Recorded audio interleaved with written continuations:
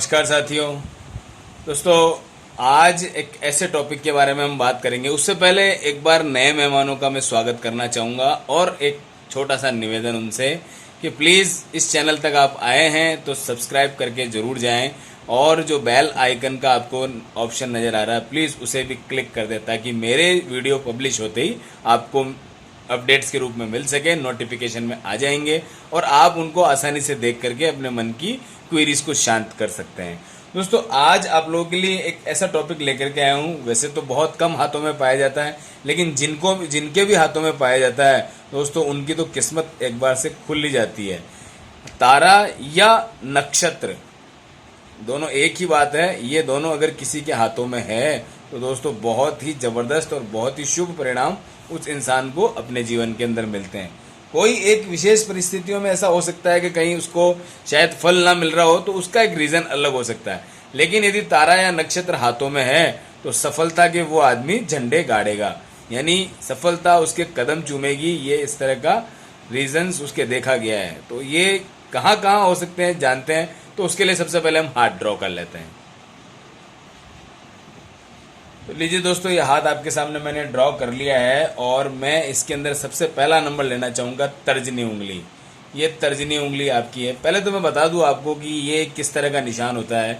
ये ऐसा एक निशान हो सकता है, ऐसा निशान हो सकता है। ये इस प्रकार के जो भी निशान होंगे वो तारा डिज़ाइन के निशान होंगे आपके सामने। जो भी है ये थोड़ी विपरीत परिस्थितियाँ, ऐसी कैसी भी डिजाइन हो सकती है। अगर इस प्रकार के निशान अगर आपके बन रहे हैं हाथों में तो ये सब तारा कहलाएंगे। ये तारा टाइप के डिजाइन होते हैं। अब देखिए, तर्जनी में होता है सबसे पहले नंबर पे, तो इसका क्या हमारे जीवन के अंदर माना गया है।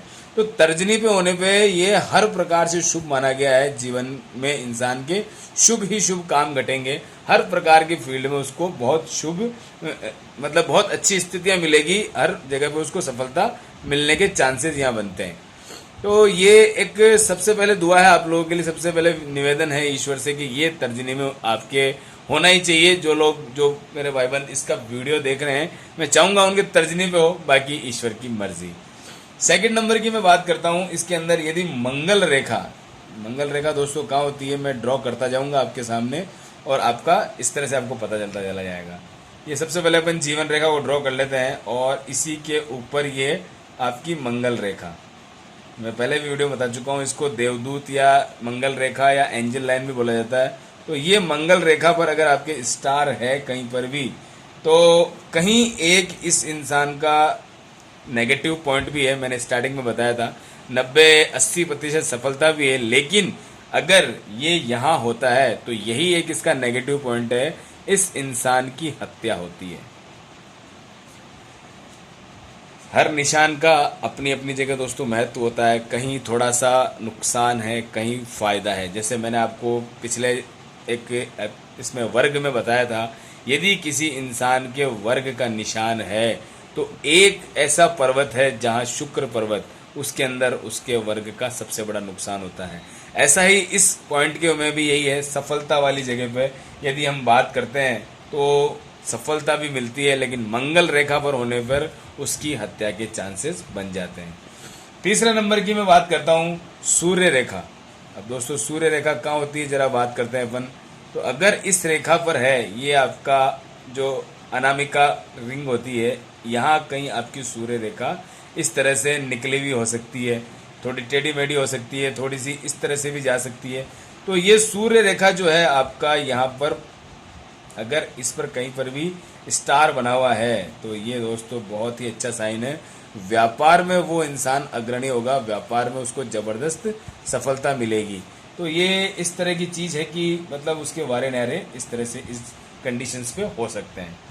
फोर्थ नंबर की मैं बात करता हूँ। यदि उस इंसान के राहु पर्वत पे, अगर राहु पर्वत पे किसी के ये है तो उस इंसान का भाग्य बहुत साथ देगा और ये इतना साथ देगा कि उसके जीवन के अंदर किसी प्रकार की कोई कमी आने नहीं देगा और जीवन में उसको पूर्ण यश, सम्मान, प्रसिद्धि, दौलत और भी कहीं इसके अलावा उसको सारी चीज़ें मिलती है। तो दोस्तों, ये एक ऐसा साइन है, होते ही बस आपके वारे न्यारे कर देगा। इस तरह की ये धारणा यहाँ पर देखी गई है। 5वें नंबर की मैं बात करता हूं, अगर यह शनि पर्वत पर है तो दोस्तों उसके क्या परिणाम और क्या फल आपको मिलेंगे, तो उसके बारे में मैं आपको बता दूं। तो इस इंसान का जो भाग्योदय होता है वो बहुत जल्दी होता है।